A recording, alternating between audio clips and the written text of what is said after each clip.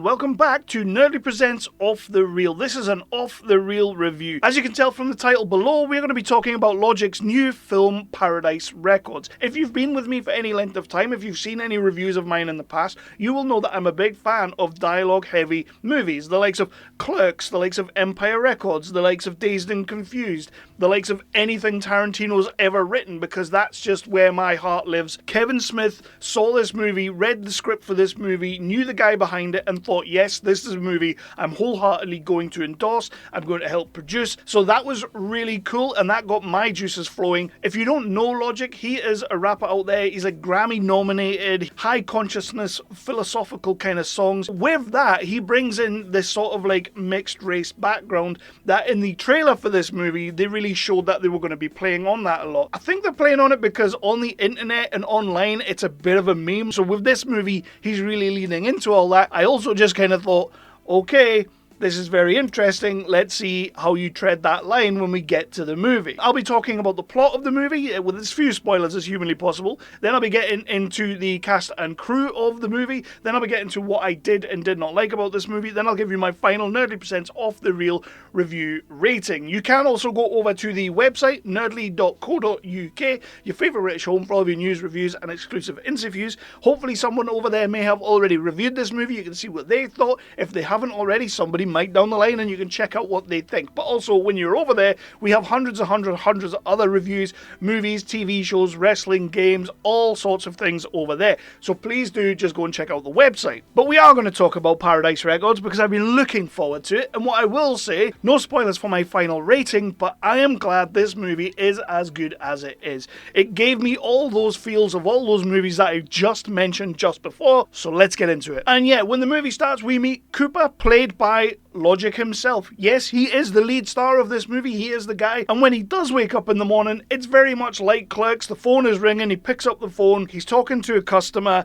and he's talking about the new Wu-Tang album, or a Wu-Tang album. Yes, we have it, I'll hold it for you, and then he puts the phone down. I won't lie, I was expecting him to say, I'm not even supposed to be here at this point. We get a little bit of a montage of him getting ready for work, but what we find out is that he's actually sleeping in the store, because as the movie goes on, we are slowly going to realize that all is not as it seems, because the record store is actually hemorrhaging money, but Cooper's trying not to let the rest of the team know that. As he walks through the store, we begin to meet our crew of characters, starting with T-Man, who's played by Tramayne Hudson, who I don't think I know from anything else. I think he is literally one of Logic's friends, and he kind of does steal almost every scene in the movie. We also meet a young guy called Tables who works there. He's going to be like the really geeky one of the movie who loves Lord of the Rings, and we meet Melanie, who is the only female that works there, but gets treated like she's just another one of the dudes. I don't really want to get too much deeper into the plot, although I realize I've not really given you any of the plot, but it is very much one of those kind of movies. We're going to be spending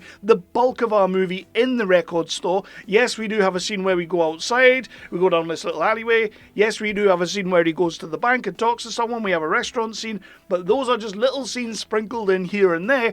The bulk of the movie is in the record store. A couple of wise guys come in and they're trying to strong-arm Coop because Coop's uncle owes them money. Coop's uncle turns up at one point. Logic also plays in like some mad prosthetics. Later on, we're going to have like a whole hostage situation. All of this stuff happens in one day, so it is kind of like you're watching Clerks. It is kind of like you're watching Empire Records. So we might as well just get into our cast and crew. And first of all, I'm going to start with Logic. Logic is the director of this movie, the producer of this movie. He does all of the music for this movie. I believe a lot of the music in this movie is Logic's unreleased back catalogue. I love that because then if you're a Logic fan, you're getting some extra stuff in there, but it really adds to the whole record store feel because it is this kind of underground music that hasn't been released. So this is a really cool way to be opened up to some fresh Logic that I was really into. As an actor, I have to say, that's where I was most surprised. I was most surprised by Logic's acting in this movie because he's the shit. He's really, really good in this movie, and I have to think he's playing like a bit of a more heightened version of himself. And yes, he is saying a lot of the N-words. This movie does have a lot of N-words in it. I'm not going to say that word. There are certain scenes where he's kind of putting himself out there in other ways that genuinely, I was just like, Logic has got some stones. He's got some balls. And then you put him next to Tramayne Hudson, who plays T-Man, and these two are just like Dante and Randall. They are just like those duos that you love in these movies. And I just think they work so well together. Playing off the whole mixed race thing again, I'm going to mention it a few times because the movie does deal a lot with that. But what I will say is at no point does that feel like it's the plot of the movie. It's just part of this character and it fleshes him out a lot more. So when he's talking to T-Man and they're going back and forth about it, it really makes this cool bit of chemistry. Okay, I'm not from that kind of background, but I can almost relate to the whole thing because of the way that we have these two logging heads with each other. Reed Northup is in this movie as Tables. He's like kind of the comic relief in a way. He's sort of like the Elias character from Clerks 2. Reed Northup you might remember from 4:30 movie. Loved him in that. Absolutely love him in this. And then Logic seems to have called up some friends and all that kind of thing, and no doubt Kevin Smith would have helped with some of these, but we do have the likes of Diedrich Bader, who plays the guy at the bank who's telling him that he's going to lose the store. We have Kevin Corrigan and David Krumholtz, who play our wise guys that I mentioned earlier before. Joseph Gordon-Levitt turns up, the chief of police, which is played by Ron Perlman. Two guys that we know and adore, and just playing like quite throwaway characters, but really add to all of that. The legendary Phil Lamar turns up, shot Marvin in the face. He played Marvin, who got shot in the face. Bobby Lee turns up at one point. Wasn't really that fussed about Bobby Lee being in the movie. I'm not a massive fan, but you know what? The character's there, he's unoffensive, and he's totally cool. And then we have got Jay and Silent Bob. Now I'll talk about a little bit about their scene in what I did and didn't like, because this was one of my favourite parts of the movie. Not just because Jay and Silent Bob were in it, but the whole like little package that scene comes with. And there are a few more, but I'm going to talk about two people that really surprised me in this movie. One of them because I don't know her. I don't know if I've seen her in anything else. I might be being really ignorant to her back catalogue here. But Dana Milliken, who plays Celeste, who works in a restaurant, her scenes, she has a couple of scenes in this movie. She's so unbelievably funny, like in a way that I don't think you're meant to find her that funny, to be honest. It's kind of awkward humour. I love Dana Milliken's little scenes. She's just absolutely brilliant. Now we have these two guys who rob a bank and they end up in the store, and one of them's friggin' Nolan North. Some of the biggest game franchises, Nolan North did a voice in them. He's done the Batman games, he's done Star Wars games, he's done Marvel games, he has done games, all that good stuff. But it was so cool to see him in this movie and actually see his face properly. Don't get me wrong, he's done live action stuff as well. Just another way that shows you Logic is a big gaming nerd as well. There's even like Uncharted posters in the Paradise Records. So let's get a little bit into what I did and didn't like. A lot of it is what I've already kind of just said. Number one though is Paradise Records, the actual record store. I loved it. It's nice and small, it's not too big, not too sprawled out. Everything on the walls is a nod to like classic hip hop, a nod to gaming, a nod to classic movies, a nod to everything that I'm pretty sure Logic loved. It's almost like being inside Logic's brain. So we get this scene early on with Tony Revolori, or I've probably said his name really terribly wrong, because he's his weed connection. He's like, here, call this guy, and he gives him a card and it just says Bob, and he says he won't talk. So instantly I'm like, okay, that's going to be Silent Bob. We're about to meet Jay and Silent Bob. I knew Kevin Smith edited this movie. I knew he was a producer on this movie, or an executive producer. So we get this scene where T-Man and Coop, they're kind of arguing with each other, but then they get to the point where they start to like riff off each other, but they start doing the you're so white, you're so black kind of routine, which is really cool. Coop then walks down the hallway and out of the store, and when he goes out of the store, the screen turns black and white. So instantly, the geek in me, the fan in me, kind of knew that we were going to be doing something Clerks-ish. So I'm thinking, right, we're about to meet Jay and Silent Bob. And I love the kind of juxtaposition of him having the argument with his best friend, and then them doing the whole you're so black, you're so white, and then walking out of the shop, and then it transitions into black and white. That wasn't lost on me at all. But if you're going to watch it with like a little bit of a deeper understanding, or a hope for a deeper understanding, that's just really cool. I would love to know if Kevin Smith had a hand in this dialogue, or if Logic wrote Jay and Silent Bob's dialogue. It could have went either way. I don't know, like, it could have went either way. Maybe he's going to let Logic do that. And that's not to say that if Logic did write it, I feel any different, because it felt like Jay and Silent Bob.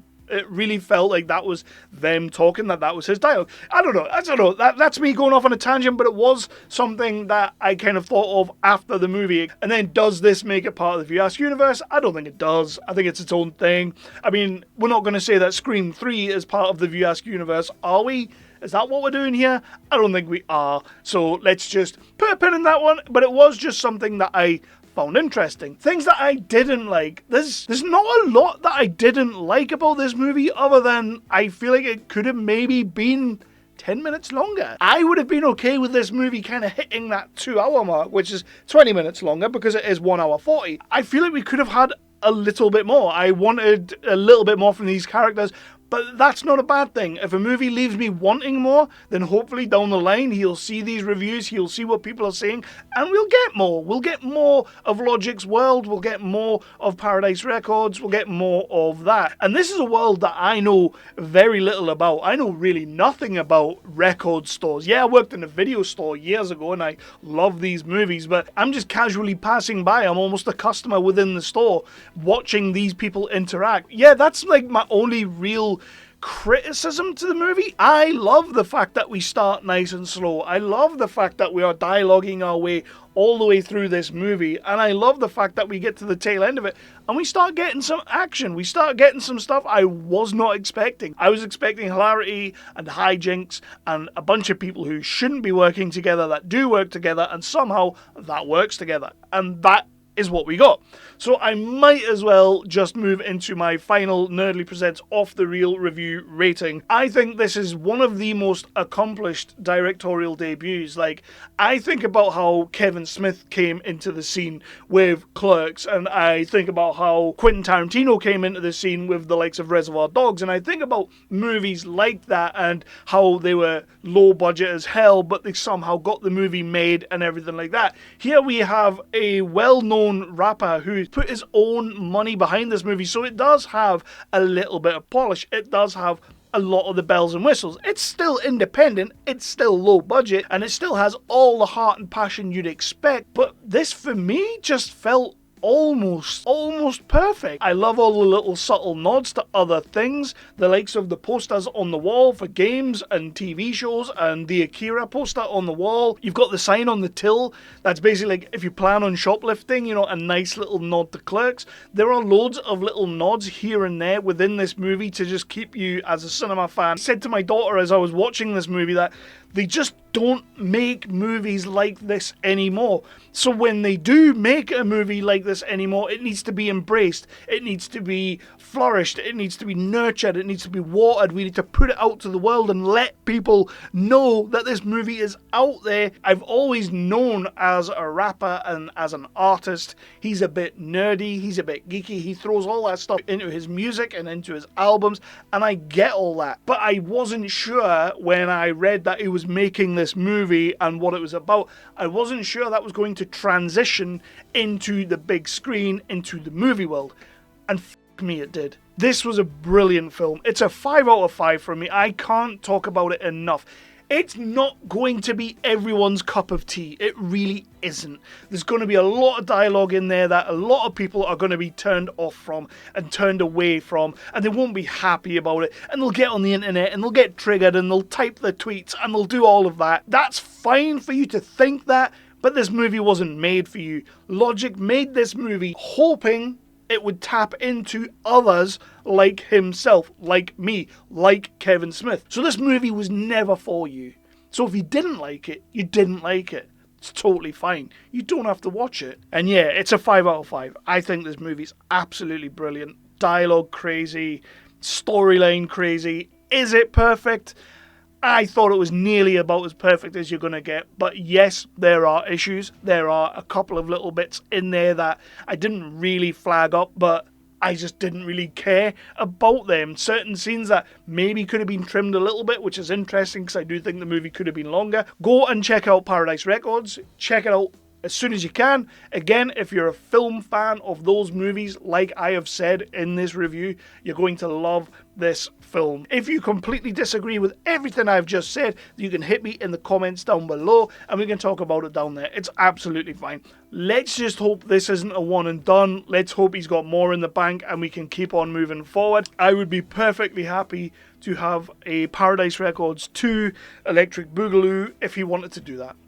For now though, I'm going to go because I have been rambling, and if I don't see you through the week, I'll see you in the cinema.